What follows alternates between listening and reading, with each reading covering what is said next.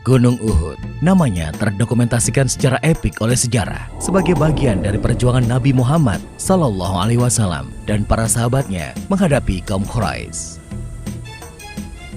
Bulan Syawal tahun ketiga Hijriah, gunung ini menjadi saksi bagaimana akhir dari sebuah perang bisa memberi pelajaran berharga bagi kaum muslimin. Setahun sebelumnya, pertempuran pertama kaum muslim melawan Quraisy Mekah terjadi di Lembah Badar. Perang tersebut membuat Nabi Muhammad tidak hanya dikenal sebagai pemimpin agama, tetapi juga ahli strategi perang yang mumpuni. Abu Sufyan, salah satu pemimpin Quraisy Mekah, segera melakukan persiapan besar-besaran demi pembalasan. Tokoh Quraisy ini sangat terpukul atas kekalahan di Lembah Badar, sehingga melakukan persiapan yang benar-benar matang.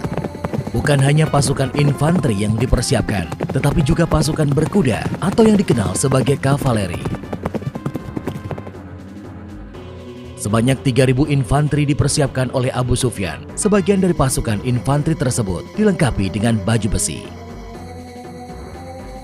Dalam waktu yang singkat, Abu Sufyan berhasil mengumpulkan pasukan yang terdiri dari 3.000 infanteri dan 200 kavaleri. Dan sekarang mereka pun menuju Madinah. Bukan hanya pasukan yang besar dan bersenjata lengkap, Abu Sufyan juga membawa pakar strategi perang berpengalaman, Khalid bin Walid. Abu Sufyan tidak lupa membawa Hubal, berhala atau tuhan kaum Quraisy Mekah yang paling besar. Tidak ingin mengulangi kesalahan yang sama seperti di Perang Badar, kini pasukan Quraisy Mekah mengambil jalan di dekat sumber-sumber air.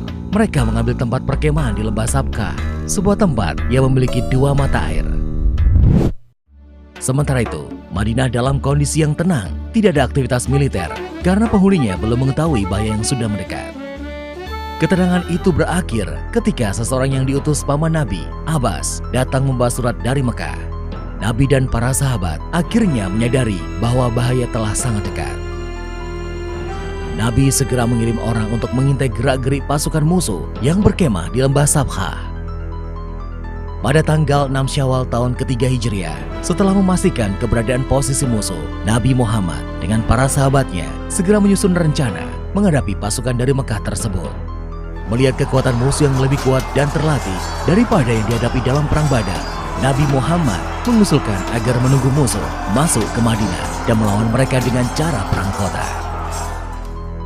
Cara ini akan membuat musuh terjebak dalam kelompok-kelompok kecil, sehingga lebih mudah dihadapi daripada melawan mereka di tempat terbuka.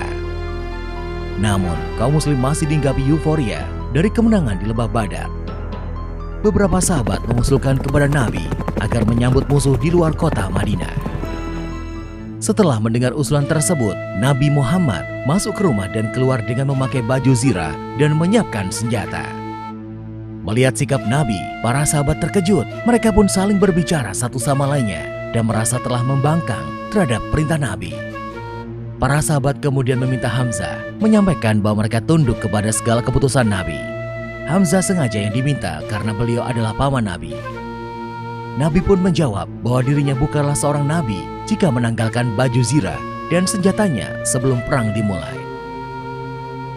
Pasukan muslim yang dipimpin langsung oleh Nabi Muhammad segera bergerak menyongsong musuh di pegunungan Uhud. Nabi Muhammad memimpin 1.000 infanteri dan 50 pemanah. Kekuatan yang sebenarnya masih jauh tidak sebanding untuk mengimbangi pasukan Abu Sufyan. Bergerak meninggalkan Madinah, pasukan muslim mulai dilanda perpecahan. Abdullah bin Ubay ibnu Salul dan 300 pasukannya memutuskan kembali ke Madinah. Dia beralasan karena musuh tidak kunjung dijumpai. Selain itu, dia menganggap melawan di dalam kota lebih baik daripada di tempat terbuka. Dengan perginya Abdullah bin Ubay ibnu Salul dan 300 prajuritnya, maka kekuatan infanteri pasukan muslim tinggal 700 orang. Situasi ini semakin mengkhawatirkan, mengingat ada 3.000 infanteri yang akan mereka hadapi. Berkurangnya jumlah pasukan ternyata masih terus berlanjut. Nabi Muhammad memerintahkan beberapa orang untuk kembali ke Madinah, seperti Abdullah bin Amr, Zaid bin Sabit, dan Usamah bin Zaid, karena usia mereka yang terlalu belia.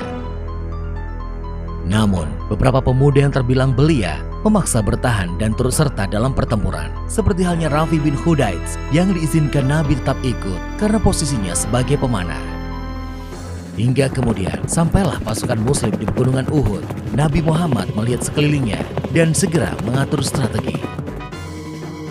Nabi Muhammad menempatkan 50 pemanah di sebuah bukit di pegunungan Uhud sebagai pelindung infanteri yang berada di bawahnya. Para pemanah ini diharapkan akan mengacaukan konsolidasi pasukan Quraisy yang jumlahnya lebih dari 3 kali lipat pasukan muslim. Nabi Muhammad memberikan pesan penting kepada pasukan pemanah tersebut bahwa mereka jangan sampai meninggalkan posisinya dalam situasi apapun. Apakah pasukan di bawah mereka menang atau kalah, pasukan pemanah harus tetap siaga di posisinya. Dan perang pun sudah diambang mata seiring pasukan Quraisy Mekah yang semakin dekat. Perang pun semakin mendekat. Pasukan muslim yang dipimpin langsung oleh Nabi Muhammad membentuk formasi tempur di Gunung Uhud.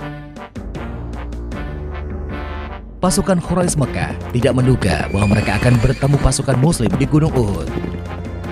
Dua kekuatan sudah saling berhadap-hadapan. Sesuai tradisi bangsa Arab, mereka akan saling mengirimkan wakilnya dalam duel 1 lawan 1. Duel antara wakil dari pihak pasukan muslim dan pasukan Quraisy berlangsung sangat menegangkan. Hasil dari duel tersebut sedikit banyak akan mempengaruhi mental dari pasukan yang diwakilinya.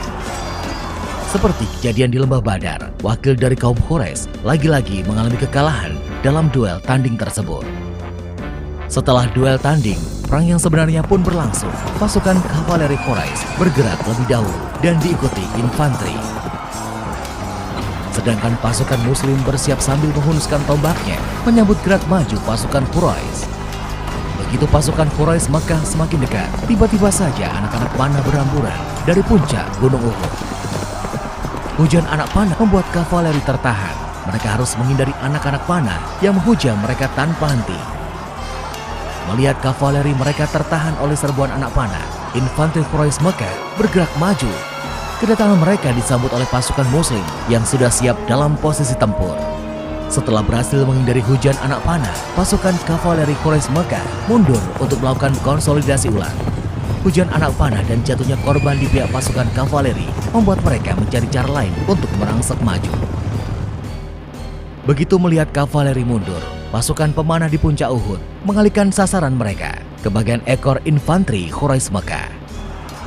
Meskipun dilengkapi dengan baju zirah, pasukan infanteri tersebut tetap kewalahan menghadapi hujan anak panah. Pasukan infanteri Quraisy terbelah akibat serbuan anak panah yang mengacaukan barisan belakang mereka. Mengetahui pasukan di belakang mereka telah mundur, bagian depan infanteri Quraisy Mekah mulai jatuh mental. Mereka terjebak di antara hujan anak panah di belakang dan pasukan muslim